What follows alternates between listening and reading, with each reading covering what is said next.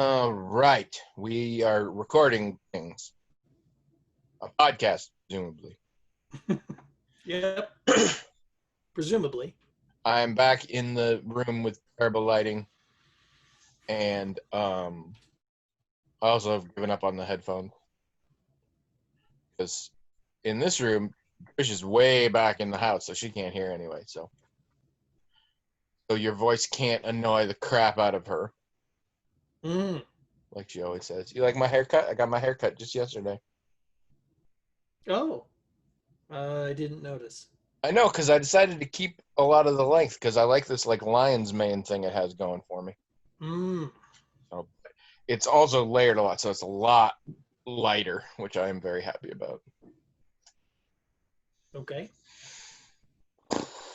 I'm super unprepared for this podcast. Hello, everyone. You Welcome prepare for the podcast? How do You have no idea how much of this shit I work out beforehand in my head, and I've done none of that. So. Okay. Hello, everyone. Welcome to the other day. I was trying to point at my wife. We were lying in bed, and I tried to point at her with both hands, and I kind of did it like this, and she's like, "Did you just dab at me?" And I'm like, "I think I did. I didn't do it on purpose, though." Yeah. Hello, everyone. Welcome to the Magical Talking Hat Podcast, the only podcast in the world that takes 3 takes to get its intro in and refuses to edit the other 2 out. Yep. I'm Tony, and also this is Ezzy. And I'm William, and this is episode 487. Ezzy's pissed because my computer is right where she's decided is her new favorite spot in the world. She was hanging out there all day. Where's that? Right here, right where the computer is. I mean, is it a table or a cushion? No, it's a cushion on the couch. Let's stick with the parts that I know. If you're just joining us the first time, I mean, I'd like to say the energy level is higher than this, but not by a lot normally. So No. That's how the show works. We have a hat. It is magical in that it has its own email address, themagicaltalkinghat@gmail.com. And cool people, wonderful, helpful people who still keep doing what they're doing. Right into that email address, themagicaltalkinghat@gmail.com, with little notes, comments, topics, questions, things like that. The hat magically transmogrifies those emails into little note cards that have the information written on them that manifest physically within the hat itself. It's completely unprepared servants, draw the note cards out of the hat at random, read them on the air, talk about them till we're bored. That's the talking part of the show. Till we're bored. Do that for about an hour. That's the show, except the parts that aren't, which is honestly almost all of it. Almost. So, how's your week been? It's been all right. I just noticed I have a Norton Critical Edition of Classic Fairy Tales. I think I've read some of this, but I wonder if Jazz gave me this. You have a what? A Norton Critical Edition of Classic Fairy Tales. She was just telling me about how she's getting a Norton Critical Edition of the first edition of Frankenstein. I'm pretty sure I've read some of these, but I think Jazz might have given me this book. Anyway, see, if you say Norton Critical Edition to me, yeah, I assume this is some sort of antivirus software. No, it's a Norton Critical Edition is it's like, well, for Frankenstein, it probably has the text in there, and then it probably has a section of a whole bunch of people talking about it. Mostly Ed Norton. Well, I mean, different people. Definitely Ed Norton is part of it. But this has, what's great about this, it doesn't seem like I've read them all, but maybe I have. is it gives different versions of the fairy tales, right? So there's a whole section with Little Red Riding Hood. Oh God, Little Red Riding Hood has some really freaky versions. And a whole section for Beauty and the Beast and so on. So anyway, did we talk about? Did we had my wife and I finished watching Warrior Nun before we talked last time, or no? You're not finished. Have you watched it? Begun with the Nun. Have you watched it? No. In fact, I have decided I am not planning on it unless my wife comes back and tells me it's freaking amazing or something. Oh. So how are your feelings about it? Well, we liked it. If I were to guess whether or not Trish would come back and say it was freaking amazing, I would guess that it wouldn't get that high of praise, but I don't know. Maybe she'll think I don't know. Freaking... The crap that she's made me watch because she thought it was amazing is pretty bad. Like off the top of my head, the only two things I can think of are season 1 of Umbrella Academy and season 1 of the fucking 100. Oh, 100, yeah. So well, she's a little crazy. I don't know. I seems like you might like it, but I don't know. I have a feeling. I suspect I would. It just nothing about it says I would like it well enough for it to like jump the queue of the infinite number of other things I want to watch. Yeah. I don't know a whole lot about the source material, but what I do know, I cannot imagine someone who's a huge fan of the source material. I can't imagine they'd like this. Which is not uncommon. Yeah, but I mean, they really deviated from the source material quite a bit, which is, it's still fine. But I would think we liked it all right. But I would think if you really like the source material and certain aspects of it, especially, I don't see how you could possibly like this, which is weird because it's almost like they didn't even care about fans of the source material when they made it. It's which like, often happens. That seems kind of depends on how much the source material folks are involved. Sometimes you just sell the license rights and then you go away. I guess. I mean, in some ways they respected the source material. I won't get into what I mean by that, but in some ways they didn't really touch the source material. But they did change some things about the lore, say, that seemed pretty important to me. Like if you like the source material, that you wouldn't like what they changed. It seems to me. Dresden Files did a lot of that. I guess I can be more specific. When I say there were some aspects of it that they didn't touch, what I mean is if there are certain characters that you really like, they don't have these characters in the thing. So it's not like they're ruining your characters, but they also don't have your character in it. So yeah, I don't know if that's going to be a blessing or a curse. No, that's kind of what made me think of Dresden Files, because by the end of that season, there's a character that is his love interest, and that character is an absolute arch villain for the beginning of the series and dies fairly early on. Well, in this case, it seems like most of the events of the show take place after events that are in the comic. So by excluding the character you like, they're not replacing them or really excluding them. It's like, oh, that person did these things in the past. So, I see. All the stuff you might have liked about the character is preserved, kind of.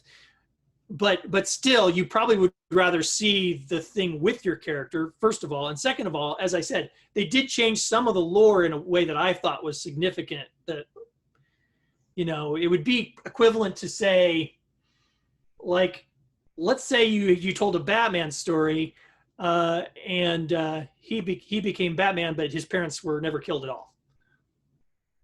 I mean, I would love that.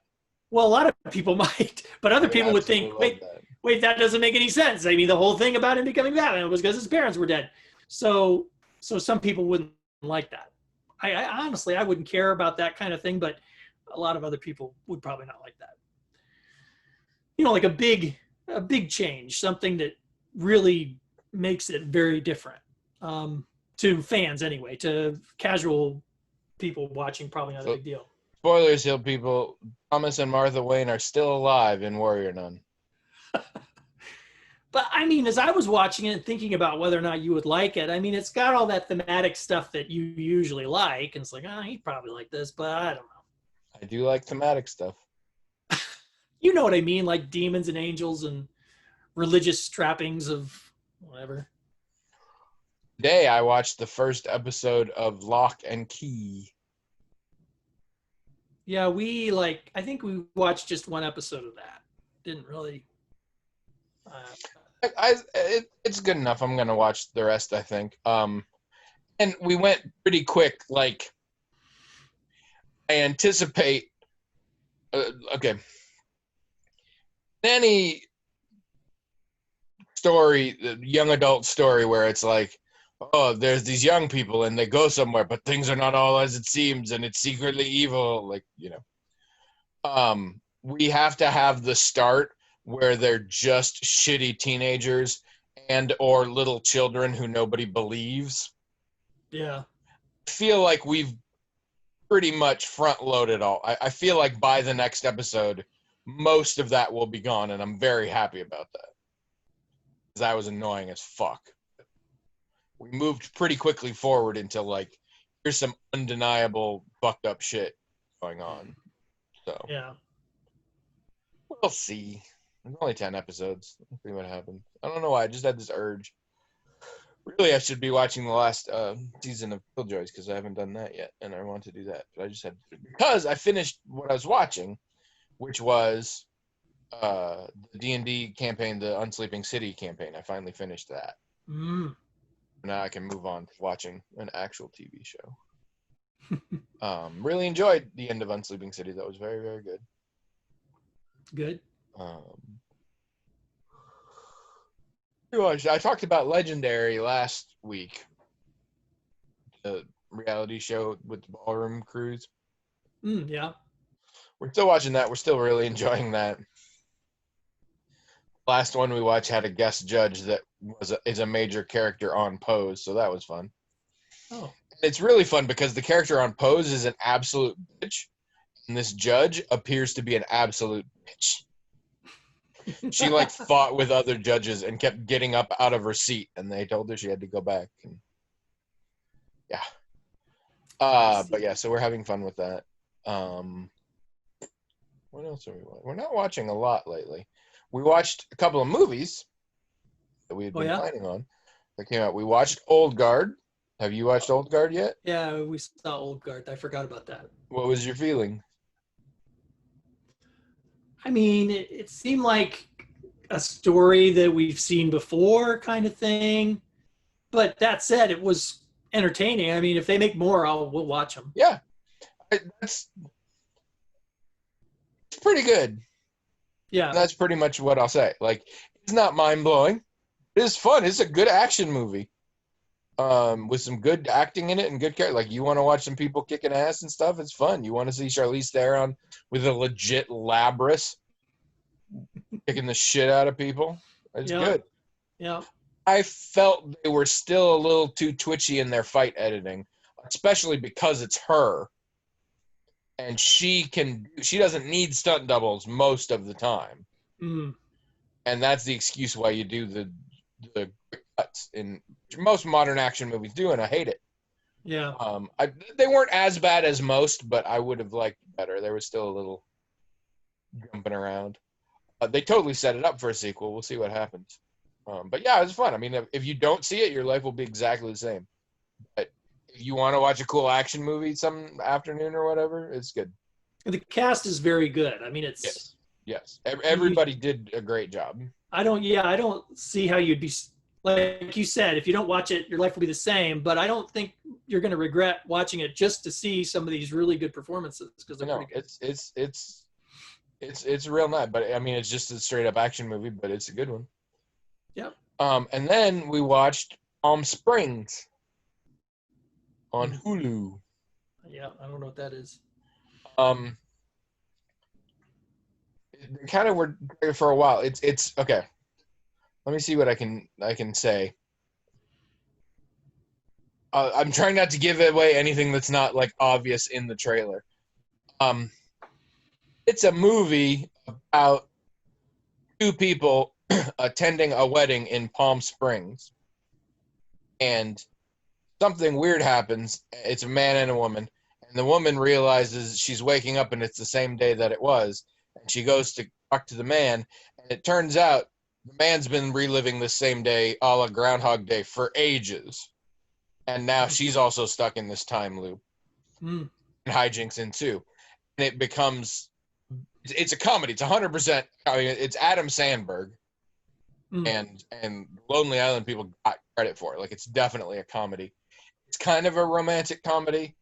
Yeah, it's basically a romantic comedy set in one of those infinite time loop tropes, and it's also fun. It gives good credit for me because it's fairly original in the way it's done. Mm-hmm. It's not a story that I've seen before. The two leads have very good chemistry. Andy Samberg's character kind of sucks in a very mundane way that I don't enjoy, and that was a problem. Yeah. But in general, I think it's. I mean, again, you can skip it and you'll be fine. But it's fun and it's original. It's an original take on these both the romantic comedy trope and the sci-fi infinite time loop trope. So it's fun. It's like an hour and a half on Hulu. So I would recommend that, I suppose. Still playing Assassin's Creed Odyssey, playing it very slow, just enjoying myself. Getting a lot of work done in the house. Really, really digging this homemaking thing. It's satisfying for me, and it's working good for Trish too. Earlier tonight, she talked about how she did not realize how awesome it would be to have somebody else handling dinner every night. Not only just making it, but like she doesn't have to think about it or figure out what it's going to be or anything. You expected that to be cool, but like it's the thing. I don't know. Have we discussed, or are you familiar with the concept of mental load? Sure. Yeah. Um, for those of you listening who aren't as familiar, it's when people talk about the division of labor in a household and how frequently, even if both people are working frequently, the woman has to do more of the labor and all that. But there's also a category called mental load, which is that the woman is usually the one who has to keep track of things in her head. And in illustrations, it's always that situation, which I've done plenty, where there's something going on, and I'm like, just tell me, I can help. What do you want? Like, tell me what to do. It's just easier not to. But I don't take the initiative to figure out what the problem is or anything. I'm like, I'm here to help. Say the word, and I'll help. But without taking responsibility for it. And me now working in the home and taking over the homemaking duties and stuff, a lot of that mental load is going to shift. Hmm. And this is one of the early versions is I figure out what's for dinner. Sometimes I come to her and I'm like, okay, here's my two options I can make tonight. Which do you want? Or sometimes I'm like, I was going to make this. How's that sound? And if she says, I don't care, that's fine. I'll figure it out. And apparently she really likes that.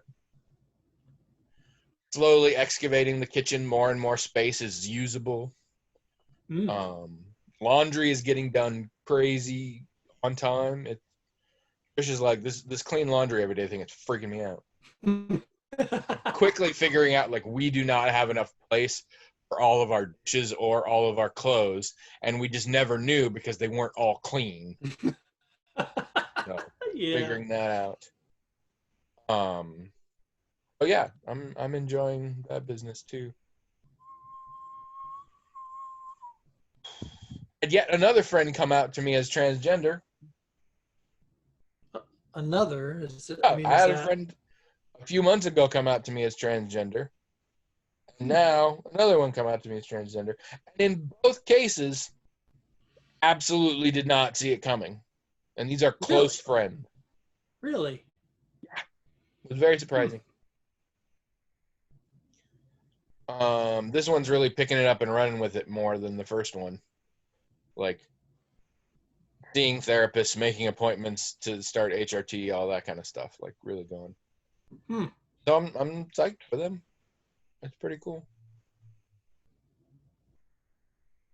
Yeah, very surprising. Is it? I mean, I don't know. I mean, I'm trying to think of how many people. I mean, if I count you, which you probably shouldn't these days, but yeah. Okay. If I, I'm sliding towards maybe identifying as non-binary. right, Honestly, my gender expression nowadays is that whatever the fuck I do what I want. It's not your problem. I mean, I know a lot of people who would probably care.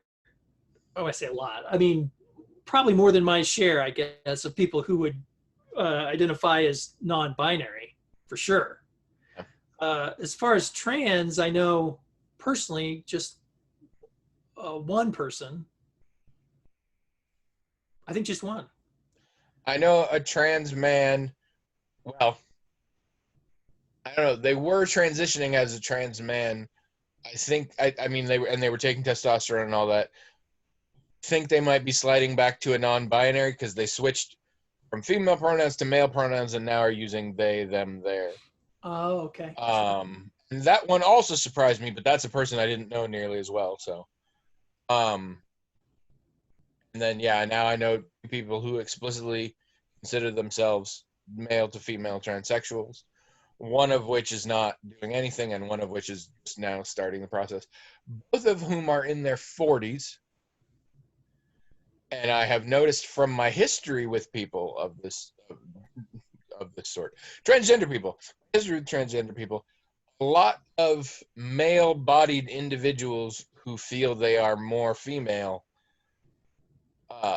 kind of keep it to themselves until their 40s, when they're like established in their relationships and established in their careers and stuff, and then start sort of going down that road very slowly and deliberately.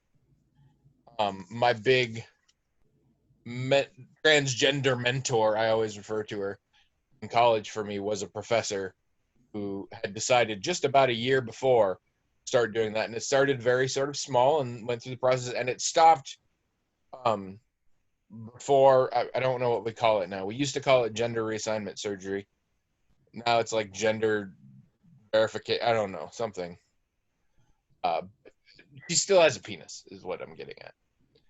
And in fact, she told me, she's like, I'm married for 25 years, a lovely woman. We have an active sex life. It involves my penis. Just because I'm a woman now, I don't want to get rid of that.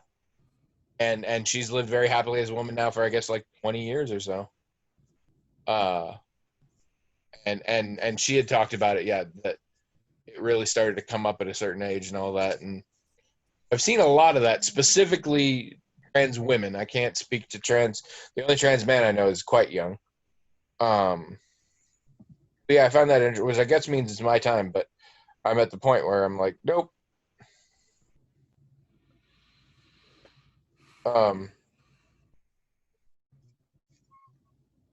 Yeah, I actually, with listening to people going through this, has more and more convinced me that I'm not in that same camp, because while my issues tend to be sort of aspirational, a lot of people talk about this like feeling wrong and their body feels like it doesn't match them, and when they consider the possibility of fully transitioning, a little voice in their head that's been quiet all this time is suddenly very loud and insistent, and it's a very desperate thing. And I'm like, no, I've never really had that. No, I don't really know what I am, but like I said, I'm too old to give a shit. I'm going to express gender however I want, and y'all can deal. Well, I just realized since I'm not working, I should probably start painting my nails again. I used to love that. I've never really felt like I belong to the society of males. I just do not fit into that group. Like, like I'm introverted, and there have been a lot of times where someone would say, "Oh, well, there's going to be other guys there," or whatever. It's like, that means nothing to me. Oh, no. Yeah, it means nothing to me. I'm not going to care about that. Now, while I have always very much enjoyed the company of women I don't know why women more than men. I mean, yeah, I'm straight, but that's not it. I mean, I'm not like interested in all these women. Romantically, I mean, I'm just interested in them in every other way. Like I'm interested to know what they think. I'm interested to know what their experiences are. I don't have to care about dating them or anything. I'm more interested in them as people than I am in men. For some reason, I don't know. I always tended to have female friends more than male friends my whole life. Still do. Yeah, me too. Which is funny because my mother historically had male friends more than female friends. And it was really funny to listen to us talk to each other about it. I'm like, why would you want to hang out with male friends? They're all just so like dumb and big-headed and all this. She's like, why would you want to hang out with women? They're all so manipulative and backstabbing. And I was like, Well, I mean, my lack of interest in interacting with men wasn't ever because I had like a negative opinion of them. Mine was. I just wasn't Still interested. Is. I just wasn't. I mean, I didn't like, being a male-bodied person myself, and in those situations, and feeling perfectly comfortable in situations where there were men. Again, I just wasn't interested. I wasn't uncomfortable. Like I wasn't uncomfortable in a locker room full of guys. I wasn't uncomfortable being an athlete or whatever. But, while I'm participating in these activities with other men, I'm just focused on the activity. I'm not interested in socializing, but I hear them socializing. I know what kinds of things they talk about, and I'm not interested in any of it. Now, I do have male friends like you and Chris and whatever. And you guys interest me as people, and I like to know what's going on with you, and I like to talk to you. But most of the men who I have relationships that I would consider like the friendships I've had with women, those men are not very manly, I guess, if I. I have very few relationships with men, and most of the ones I do are awkward in ways that are difficult to explain. You're an exception, but that's because I tend to think of you as trans species, so haven't figured out what the actual species is, but it's clearly different. I have, and I've said before that a lot of the female friends I've had, when we were in situations where they were talking about a boyfriend or someone, and then they would say something disparaging about men in general, they'd say this stuff, and then they'd look at me, and sometimes I would joke, hey, what about me, kind of thing. But usually I wouldn't say anything because I knew what they were talking about, and I didn't consider myself as part of the group they were talking about. But sometimes they would think they had to say something, and I've said this before, they always said the same thing: you're not a man, or you're not a guy, or whatever. They didn't say you're different guy, or you're different. They would just flat out say that I was not male, flat out, which I always thought was interesting. But I don't think they ever would have said I was female either. And I've never thought of myself as female either. I just generally look at the gender binary, and I think the whole thing is kind of ridiculous. I don't feel like I conform to either side, and I don't care that I don't. It's never bothered me that I don't. I think it's bothered other people. I think some other people have sometimes been put off by it, but I also pass because I wear t-shirt and jeans. Nobody's going to think I'm non-gender conforming if they look at me. You always feel fairly male to me. Well, that's what I'm saying. Not human, but whatever it is, male. Well, and I am straight. I mean, there's not very much doubt about that. And when people interact with me, but I think the more a person gets to know, you look at me, and I look like a gender conforming person. And if you interact with me for a brief time, I've got a wife. Okay, well, he seems like he's straight or whatever. But if a lot of people, when they try to put me in a category based on those two things, how I look and the fact that I'm heterosexual, they immediately starts to go off the rails. They'll try to talk to me about things that they think men are generally interested in that I'm not, or they'll think that I have certain views that I don't have. And I think that says more about them than it does about your gender expression. Maybe, but I do know, or at least like I said, you always seem male to me. But if you want to do the stereotypical guy stuff, no, you're nothing like that. You always come off as very masculine to me. Really? Yeah. I think you're the first person to ever say that to me. Really, I don't think anyone has ever thought that I come off as masculine. At least as much as I do. Well, yeah, that might be true, actually, now that you mention it. But I would never say you come off as masculine. You come off as, you come off as Tony. That's not masculine, really. Or feminine, I should say. It's not just, you to me are a very gender nonconforming person. Jazz is another person like that, where it's like, this person is not fitting into these boxes, and that's cool. I often interpret gender as sort of collection of behaviors and perspectives that I associate with being raised that gender in this society. And it's not tied to stereotypical interests or things like that. It's just sort of the way you carry yourself as a person. And I feel that I'm riddled with that stuff. So much about me is very evident that I was raised male. So much of the things I'm interested in are not things that are commonly associated with men. But just sort of the way I am is very indicative, in my view, of having been raised male, and you also.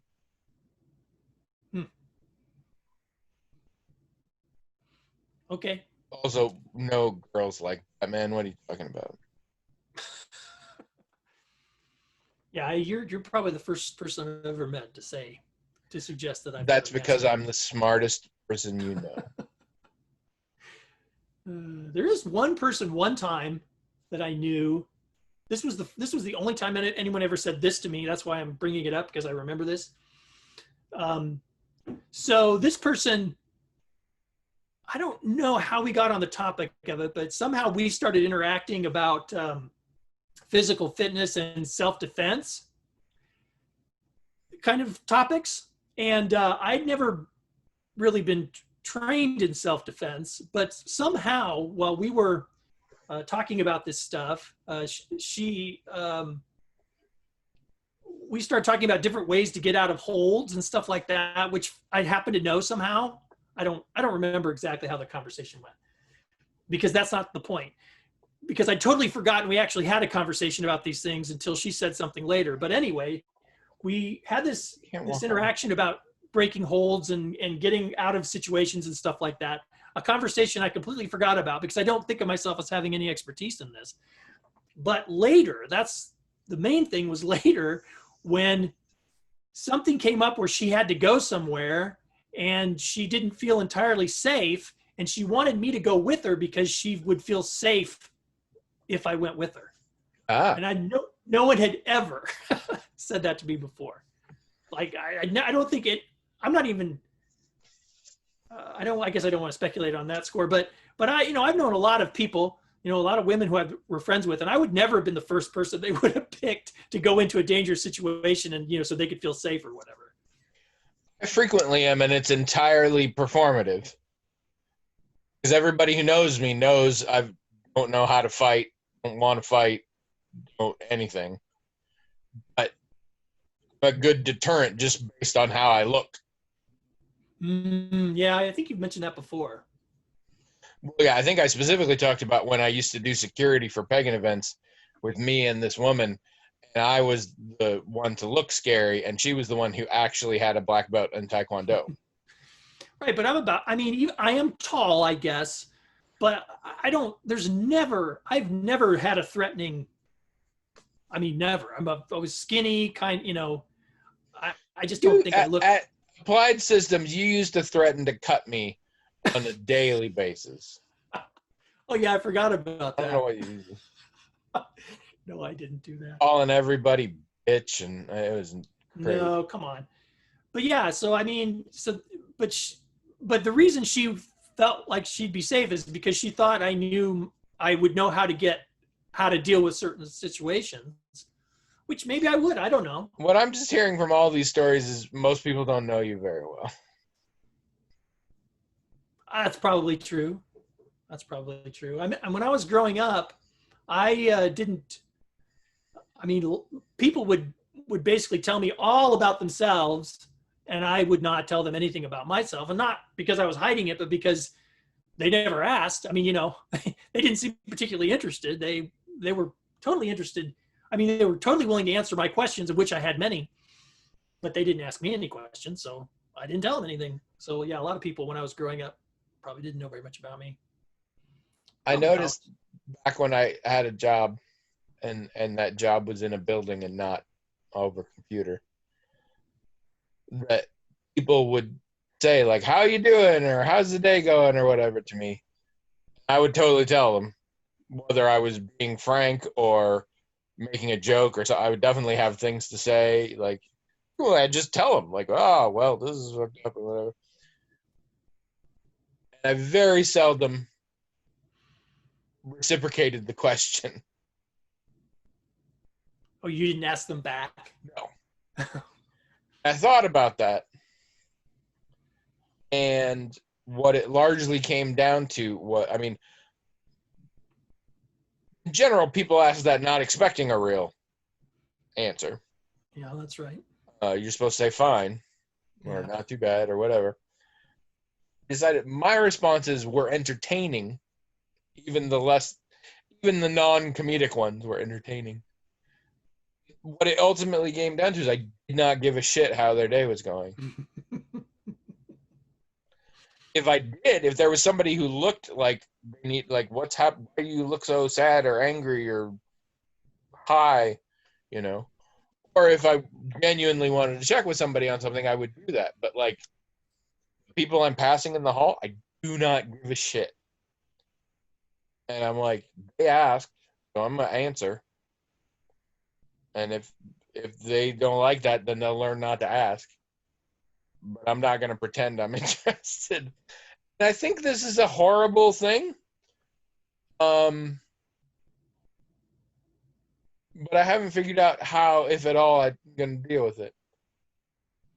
I have been working for a long time on more listening when people have shit to say.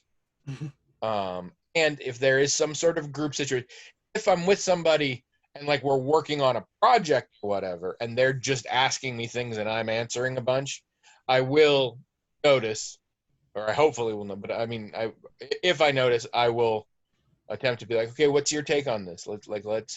I will attempt to even things out. But in the friendly salutation level of things, don't give a shit. So I don't know what that means. Well, I mean, in my life, there's been a lot of, I'm totally interested in whatever that person has to say, totally. And so for a long time, Tom Cruise. I didn't say anything. Then I went through a period where I realized that some people probably didn't feel comfortable with that, and they would have liked, that I'm not just collecting all this information, but that I might share something. And that was difficult because sometimes people did want that and like that, and sometimes they didn't. And I didn't know the difference. So, and then later in life, I went through a period where I was actually really frustrated with things, and I found I did kind of want to get things off my chest, and someone would be talking to me, and then I would then notice that I was talking to them, like just unburdening myself without realizing that I was doing that, not realizing I needed to do that, not realizing I wanted to do that. And that was weird. I didn't really like that very much. And then there's this podcast, and it's like, I don't know. I still struggle to this day to know when I should say something, when I shouldn't. I mean, I shouldn't not talk, obviously, but then I talk too much, and I don't know. I feel like with this podcast, the real answer, and it's a very simple thing, always do the opposite of what you think you should do. No, that doesn't work. I feel I don't know. Have you given it a real effort in the podcast? I mean, I feel like pick the stuff that you think you shouldn't talk about and just go off. And then the stuff that you think is interesting or you want to talk about, just right. That's how we get stories about funnel cakes and people dying in Jim McGregor chairs. No, I don't. That's true. Those are things that I look back and as entertaining as those were to you in particular, and also some of our listeners, And at least, the listeners. it wasn't that. I wasn't very comfortable for me to talk about, for sure. I don't know. My Either one of those things. my brother and I have some tension in our relationship that has gone on for years, and it's hard to identify entirely. It seems to be wholly on my side. But the closest I've come is that my brother doesn't talk a lot about himself. He's very interested in me and other people and asks a lot of questions. My father asks a lot of questions, or did ask a lot of questions as well. He also would share more about himself. My brother doesn't seem to, and I find that off-putting. Yeah, that's right. That's why I think a I lot of don't know people if it's do. a socially off-putting or if it's I have a harder time understanding the person he is because of that. Well, the reason I tried to start sharing more of myself with people was because I felt like some people were thinking they started to be suspicious of my motives if I was asking a whole bunch of questions. Like they couldn't just think I was interested in them, which was true. Yeah. You know, because I mean that's been part of my personality for as long as I can remember. I'm interested in human beings as a whole group. I'm interested in individual human beings. I'm interested in human groups. I mean, I can strike up a conversation with anybody because I am truly 100% interested. But some people, they don't believe that, or they're suspicious of that. So if I'm not also sharing, aspects of myself, they get very suspicious and they feel uncomfortable. There is a component of that because it's not the norm. The norm is give and take a little bit, or there's a fair number of people who just want to talk about themselves. So there's a suspicion that you're up to something. But also there's the component that if you're only asking questions and not talking about yourself, people know you're very inquisitive and interested, and that's literally all they know about you. Yeah. Well, I mean, I don't really like talking about myself or any particular subject. That might surprise people listening because a lot of people probably think I really like to hear myself talk. Oh, no, But pretty much everything on this podcast I've forced you to do. So the truth is, I started out being a very quiet person, and then I moved up to being a little more outgoing because I felt like that was the right thing to do. And I've kind of not been able, even my whole life since then, it's been a struggle to know when to talk, when not to talk. And oftentimes I talk way too much or not enough. I'm pretty much never satisfied with whatever it is. I struggle with the same thing. I just care about it a lot less than you do. No, I constantly am like, I talked too much, didn't I? I took that thing over. Oh, crap. I really left out some stuff that would have been useful. Oh, I was too quiet. Oh, no, now I just ran over everybody. Like, that's always in my head. Yeah, me too. I'm just mostly like, next time.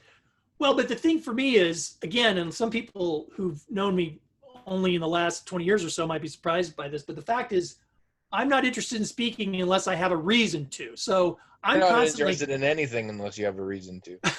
right, and so I'm constantly evaluating how much I've talked, what I've said, and all that stuff. All the stuff you said about talking over people and all that. I think about that too, but it's also in the larger context of what was I trying to achieve? What did I achieve? And so that I have that extra burden, and I don't think you think about that. I think no. Well, me, have the urge to say something is a perfectly valid reason. Yeah. And whether it's an urge because I think it's funny, or an urge because it's something I want to express, or an urge because I think it makes me look a certain way, or an urge because I think it'll have some effect that I want, or an urge because I think it's just useful information and everybody should have it, whether they think so or not. That all to me is a valid reason to speak. Yeah, almost none of those are a valid reason for me. Nope. There's always some bigger mission or whatever purpose. And if that's not served, then I should just have kept my mouth shut, basically. So That's horrifying to me. Well, that's the way I've always been my whole life. And I'm fine with it, except when I mess up, of course, I'm not very kind to myself. But that's, to me, that's not about the fact that I have some kind of a mission or you know, I try to, or I perceive some larger meaning to things. I shouldn't, I should be more forgiving toward myself in any case. It's me being mean to myself. That's the problem. Absolutely true. You should be more forgiving to yourself in pretty much absolutely every aspect of your life. Yeah. But I don't think there's a problem with me not wanting to speak unless I have a reason to speak. I think the problem is if I feel like I speak and it didn't serve a reason, that I give myself a lot of grief for it. That's the problem. But again, this comes to what you define as a reason, because I would agree that I don't want to speak unless I have a reason to. I just got a lot more reasons than you. Granted. But as I say, I think the real issue is I just need to not be so hard on myself, and then everything else will be just fine. It's not. I think that's true in pretty much every aspect of your life. Yeah, probably. I don't know. I guess that's you true. and one other friend of mine. I feel like that's the key to both your happinesses. If you would just lighten up on yourselves. Well, I don't even know where that comes from in me, actually, because I mean, my parents both have struggled with depression and things, but I don't remember thinking that they were either particularly hard on themselves or had, you know, anything like a low self-esteem or anything like that. I'm not sure where it comes from, and they weren't hard on me at all. Sometimes it's just neurochemical. Yeah. In your case, I think it's the weight of the collective unconscious, because there are literally billions of people who have never met you but intrinsically don't like you. And I feel you just are feeling that psychically at all times. Oh, I'm not concerned about people not liking me. I think I'm concerned about like needless suffering out in the world, you know, and feeling like I'm either helping relieve some of that or I'm contributing to more of it. And you're contributing. Is just this thing in the back of their brains just all the time. Yeah. I wouldn't be surprised if it turned out you were the reason for a significant chunk of cancer in the world. It's like resonant somehow. I mean, obviously, the vast majority of things I do have no impact on the world at all, positive or negative. I shouldn't, you know, think in those, you know, and I don't really think in those black and white terms, but I do. I am concerned about either making things better or, you know, beating myself up for thinking I made things worse. And I'm not so much concerned about anybody liking me or even like, you know, if at the end of my life, I could somehow know that I had a positive impact on the world, but nobody knew it, I wouldn't care. That's fine with me. I don't need anyone to know that I had a positive impact. I just need to know. And so, you know, that occupies a lot of my thinking is what am I doing to make the world better? Or, you know, how can I make up for something I did that just made the world worse? Those thoughts are on my mind a lot, most of the time, pretty much all the time. This is exhausting. I'm going to draw something out of the hat.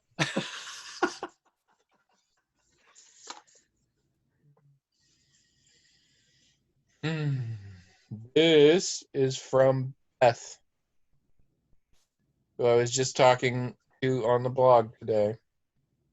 Yep. The blog's a wonderful place, people. MagicalTalkingHat.com. It's where you can comment on the things we've said here. Because as much as we say on here, we often have not exhausted the topics. There's more to be said. Usually. Frequently, it falls under the category of shit neither of us know. Yeah. That pertains to what we're talking about. And so you can go there and you can school us in it, or give your take on it, or just watch William and Jazz play tennis. The neat thing is generally we respond to stuff, so that's fun. Yep. All right. Beth asks, what new COVID-19 related habits are you hoping to maintain once life returns to normal? I feel like we've had a similar question to this, but not this. another one about like how the impact of COVID will impact our life post COVID, sort of. I mean, it seems like for me, you know, it's it's always discovering ways that my normal life already I was already doing a lot of this stuff, or it doesn't affect me, or it actually like I like having my wife home. Um, as an introvert, sometimes I like having an excuse not to go somewhere, you know. So I can't think of anything most, you know. And then I went home and I felt bad that I wasn't more cognizant of social distancing, but realized we did social distance because that's what we do. I mean, there's just not a lot of stuff that's so different from what I was doing before. Partly because I'm introverted, partly because I'm a germaphobe, partly because of how I was raised. I guess I didn't realize that so much until our conversation last week. So, I mean, our household, we might continue ordering our groceries online, for example, if we can keep doing that. I can see the household doing that. And I Otherwise, I mean, I can't. don't think that's going to change.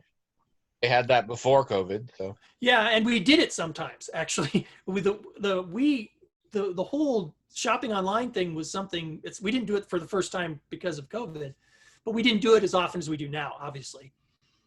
So yeah, we might do that more often. I don't know. I don't think I don't think I think we're going to keep kind of doing this stuff that we've always done. But like I said, we were doing most of it before the pandemic anyway. Now, for you, things changed fairly dramatically, right? yes, yes. Um, it's interesting because we're definitely big homebodies in general, but this crossed a line in that. And I think it's made me realize if I'm going to spend so much time at home, which I do even without a pandemic, like I should make it the way I want it, you know? Mm-hmm, Because mm-hmm. before, I guess I could just sort of leave periodically and then come home and I'm tired or whatever, and I didn't really have to think about it, or because I was at work or I was at friends or whatever.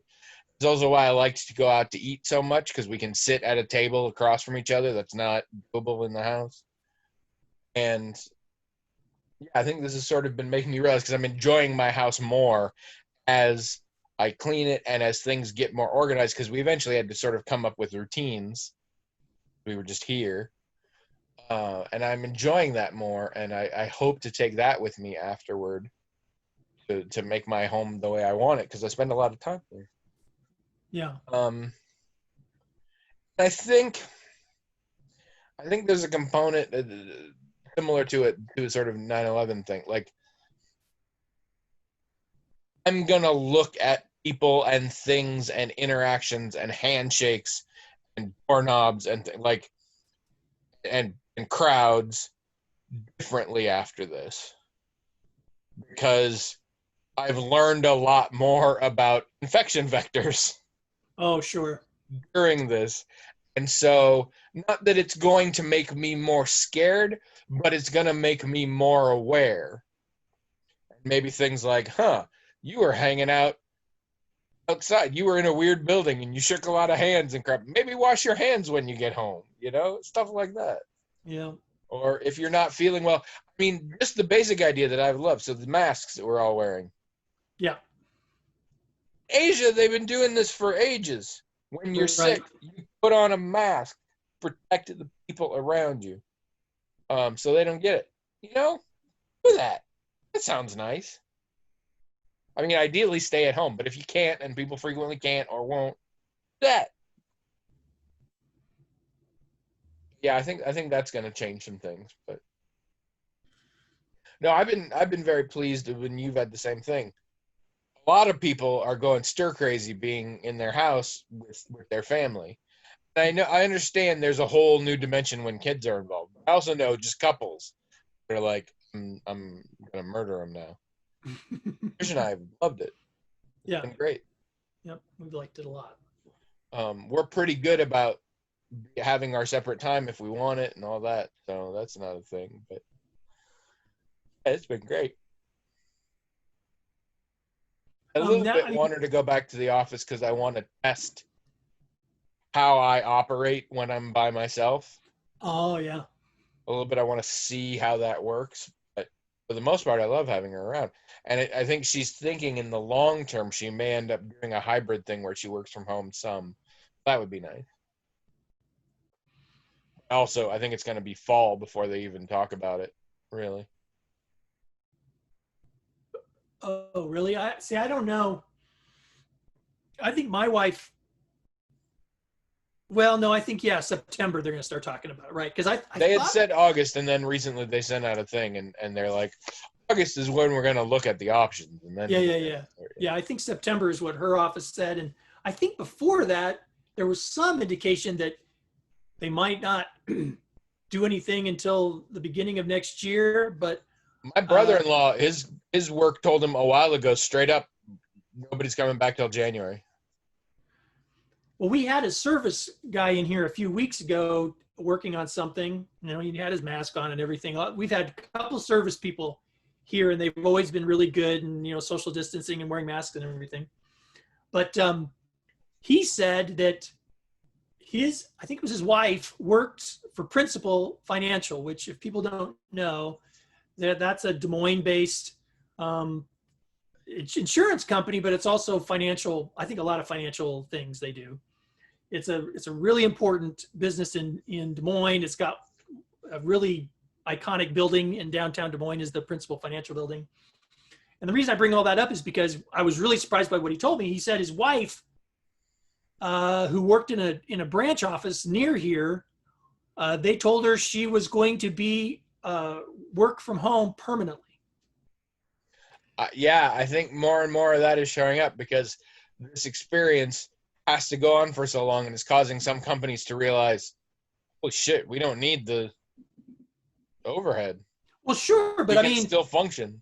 Right, and I knew this about businesses that rent, but I mean, Principal owns. In fact, he said that KCT owns their buildings too, so I don't. Yeah, and he said recently that they recently only just built the building that she was working in.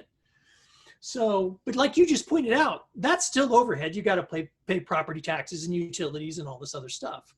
So yeah, they probably, even the people who own properties probably realized, wow, look how much cheaper this is. Why do we own all these properties and maintain all these properties? We can have people stay home there. I think some people maybe for some companies, their productivity actually went up instead of down. There's probably daily overhead expenses that decrease with fewer people there too. I mean, yeah, that's probably true. Potentially heating costs or something like that. I just know that our ACT frequently would reorganize in such a way that like a particular building would have more people suddenly, and they would have to reconfigure all the cubicles and stuff like that. Yes, right. You don't got to do that anymore if some of your people are home. So. That's right. So yeah, I mean, I think it's really, but if that happens, I mean, already you've got businesses that rent who might decide they don't want to rent anymore. So that's rental income that whoever owns that property is going to lose. But then who's going to want to buy these properties that, like, if Principal decides they don't want this property, who's going to buy it? If Principal doesn't want it, who is going to want it? Yep. So, I mean, that's going to have an impact on the overall economy if it's going to have a huge impact on real estate down the road, not instantly. Commercial real estate, including rented commercial real estate, that all has a fairly sizable impact on the economy, whatever that's doing. A lot of people don't realize it because they don't participate in it. But I'd like to say then that spurs the growth of independent businesses and shops and, you know, art spaces and things like that. What it really probably means is that even more so than now, everything gets plowed over and condominiums get built. Well, maybe. Because people still need to live somewhere. Yeah, maybe. It's hard to say what'll happen. I mean, I don't, you know, I'm no economist, and despite that, I still have no idea. Well, and here's the thing. That was funny. A lot of economists don't know either. I mean, oh my God. Okay, it was funny until you just undermined my whole joke. It's just. I said, I'm not an economist, and despite that, don't know what's going to happen. Yes. Very clearly implicating the Economist as not knowing what's going to happen. Yeah. You're like that dude at Wendy's. No, I just, you cut off, so I didn't even hear your whole thing. I went to Wendy's, drive-through, ordering my wife a spicy chicken sandwich with no mayo because she doesn't like mayo. And he put it on the thing, and I could see it, and it was great. And he's reading back the order to me, and he says, spicy chicken sandwich, extra mayo. And I said, no mayo. And he said, I'm just messing with you, sir. I should have seen it, too, because I do that to Trish all the time. I'm like, all right, I will be back soon with your spicy chicken sandwich with tons of mayo. I do that joke all the time. I should have caught it. Right, but he shouldn't have done that. No, it was hilarious. I love this guy. He's pretty new, and he jokes and he talks, and I love him. He also looks like College Humor producer Shane Crown for some reason. But okay. And you're all like, but economists actually don't know. I'm like, oh, you killed my joke. This is why we've never had a good vaudeville team. What? We've never tried a vaudeville thing. I'm constantly trying at all times, and you're undermining me. Yeah. You just accepted that some dude with a name Who would play first base. You were just fine with that. Ruined everything. Yeah. Are we out out of of time? Shirt say? It's just an Iowa shirt. Oh, University of Iowa. I saw it looked like it said varsity of something, but no, it's university. Yeah, university. Yep. Just an Iowa shirt. All right, I think that's all we got. Just one question, huh? Try again next week. Well, yeah, we're at time. Yeah. And remind me next week to talk to you about Xenogenesis, the Octavia Butler trilogy, because I finished it. And I do want to talk about it because, again, I think it's one you might particularly find fascinating. Oh, okay. I think it is one that would take you an incredibly long time to read because I think every single sentence you would go over again like 3 times. Probably. But I think you would enjoy the process. Okay. We should talk about that. All right. For the rest of you, practice was good. Make sure to take a shower. Show up on time next week. Listen again. In the meantime, everybody at home, practice. Write themagicaltalkinghat@gmail.com. Do it every day. It has to be one. I want a form from your parents that says you did it every day. All right? I've totally lost control of this metaphor. We're clearly on some sort of team in school, but I've lost what age we are. And like, it was a sports team, but then I feel like it drifted into like some sort of like art performance. Yeah. So, it's got away from me. Yeah. But I mean, maybe next week I'll stick the landing. Maybe. So you have to listen so you can find out. Yep. All right. And I mean, William will probably be here too.